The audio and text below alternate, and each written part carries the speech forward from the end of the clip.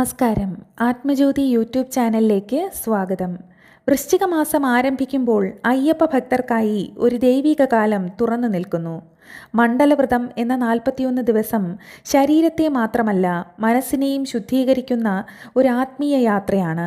ഇതു കേട്ടാൽ പലർക്കും ഒരു കടുപ്പമായ ആചാരമെന്ന് തോന്നും. പക്ഷേ സത്യത്തിൽ ഇതൊരു മനസ്സ് പുതുക്കുന്ന ദൈവിക വഴിയാണ്.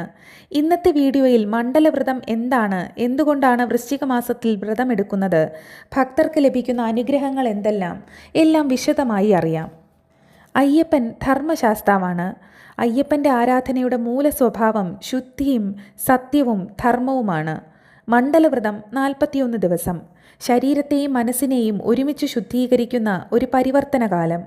ഓരോ ദിവസവും ഒരു ആത്മീയ ശുദ്ധീകരണം.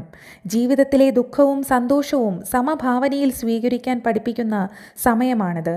വ്രതത്തിലൂടെ ഒരു ഭക്തൻ ശരീരശുദ്ധീകരണം, വാക്കിൻ്റെ നിയന്ത്രണം, മനസ്സിൻ്റെ ശുദ്ധി, ഈ 3 രൂപങ്ങളിൽ മാറ്റം വരുത്തുന്നു.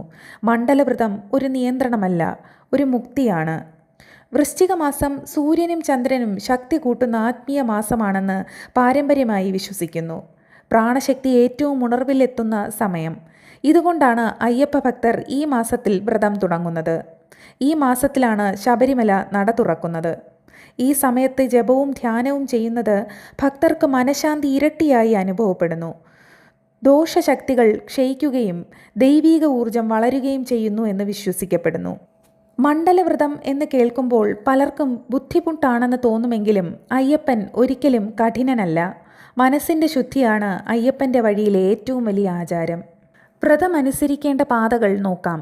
ദിവസേന അയ്യപ്പ നാമജപം, ബ്രഹ്മമുഹൂർത്തത്തിൽ എഴുന്നേൽപ്പ്, ഉച്ചജപം, രാത്രി ശാന്തി പ്രാർത്ഥന, സ്വാത്വികമായ ആഹാരം, ദോഷമില്ലാത്ത ജീവിതം, വാക്കിൻ്റെ പരിമിതീകരണം, ശുദ്ധമായ ചിന്തയും പെരുമാറ്റവും, കാരുണ്യവും വിനയവും.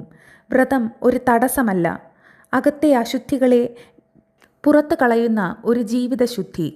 അയ്യപ്പധർമ്മത്തിൻ്റെ ഹൃദയത്തിൽ ഒരു മഹത്തായ ഉപദേശം തത്വമസി.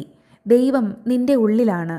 മണ്ഡലവ്രതം ചെയ്യുന്നത് ശബരിമലയിലെ സാന്നിധ്യം നേടാനല്ല, സ്വന്തം മനസ്സിൻ്റെ ശബരിമലയിൽ എത്താനാണ്.